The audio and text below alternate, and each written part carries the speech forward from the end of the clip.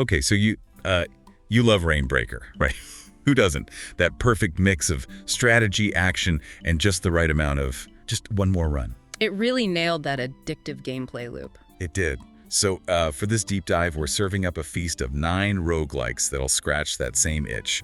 We're talking Mutant Islands, time-bending wizards, the works. And what I find really interesting about this list is how it captures the spirit of Reignbreaker in different ways. Some focus on intricate combat, others on storytelling, but they all share that one more run magic. And speaking of addictive gameplay loops, let's kick things off with a deep dive into a world ravaged by, well, pretty much everything. Have you ever, daydreamed about testing your survival skills against hordes of mutants, demons, maybe even a rogue toaster or two? Because Doomsday Hunters throws you right into that chaotic mix. Yeah. Exactly. It's a post-apocalyptic roguelike, where island hopping isn't just for tourists. Each island is like its own little arena packed with enemies and this really intense, desperate atmosphere. And you know how Reignbreaker had you adapting to different environments? Right. Well, it's a similar vibe here, but with even more urgency. Each island in Doomsday Hunters is like its own self-contained battleground. Yeah, that island as a room concept is brilliant. Really cranks up the isolation and keeps you on your toes strategically. Plus, that constant scramble for weapons and resources always keeps you on edge. Talk about a survivalist's dream, or nightmare, depending on how you view a constant fight against mutated monstrosities. And speaking of Tentance, from scavenging for scraps, we're jumping into the shoes of a deity who's lost his powers.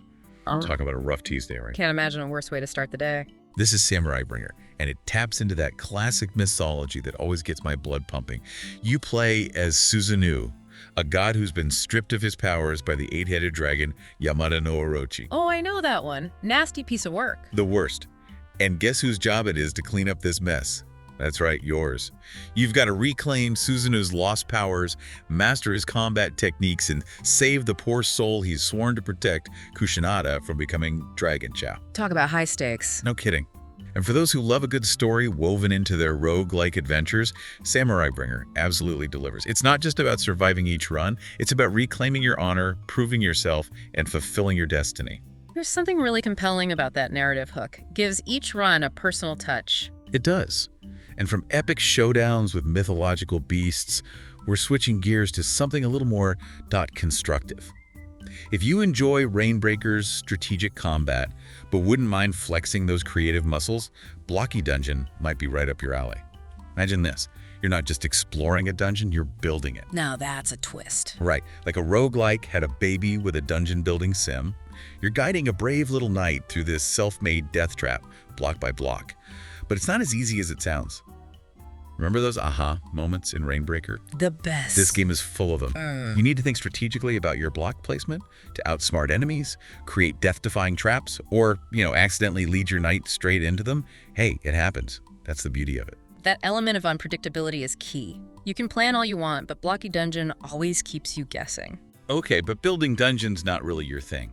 Maybe you'd rather tear things down. A little demolition therapy. Exactly. And this next game, let's just say it takes the cake when it comes to wreaking havoc. Get ready for Neighbors Back from Hell, the roguelike, where you're not saving the world, you're making your neighbor's life a living. Well, you get the idea. I've heard of this one. Pure chaotic energy. You said it. Imagine the most outrageous pranks you can think of. Now multiply that by 1,000, and you're in the right ballpark. And don't forget the TV crew. Oh yeah, gotta have an audience. You're not just pranking your neighbor, you're doing it for primetime television. Think buckets of slime, strategically placed whoopee cushions, maybe even a rogue goat or two. I'd watch that show. Who wouldn't? But don't let the goofy premise fool ya. Neighbors Back from Hell is still a roguelike at heart.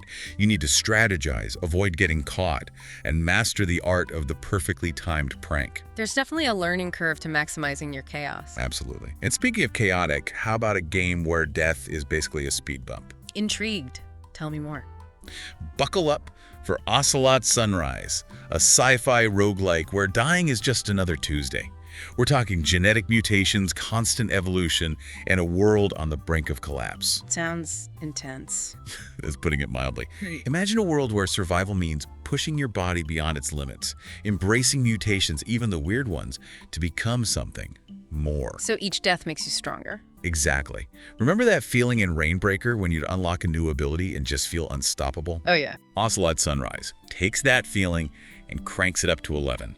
You die, you mutate, you come back stronger, ready to tackle even crazier challenges. I'm sensing a theme here. Death as progress. I like it. Right, it's like a twisted version of evolution, and it's strangely addictive. Now, if you're ready to trade genetic mutations for something a little more grounded, let's talk corporate espionage. Ever wanted to be the ultimate corporate weapon? Who hasn't? Right. Well, in Deadlink, you're that weapon. Think cybernetic enhancements, high-stakes missions, and more bullets than you could shake a stick at. Sign me up. What's the catch? Oh, there's always a catch. You're almost always outnumbered, outgunned, and facing odds that would make a seasoned soldier sweat. It's basically Mission Impossible meets The Matrix, but with more roguelike elements. Sounds right up my alley. So how do you survive? Strategy, my friend. Just like in Reignbreaker, brute force will only get you so far. You need to analyze the situation, exploit enemy weaknesses, use the environment to your advantage, all while dodging a hail of bullets. So a thinking person's action game. Exactly. It's about making every shot count, outsmarting your opponents, and feeling like an absolute badass when you take down a whole squad with nothing but a paperclip and a well-placed EMP.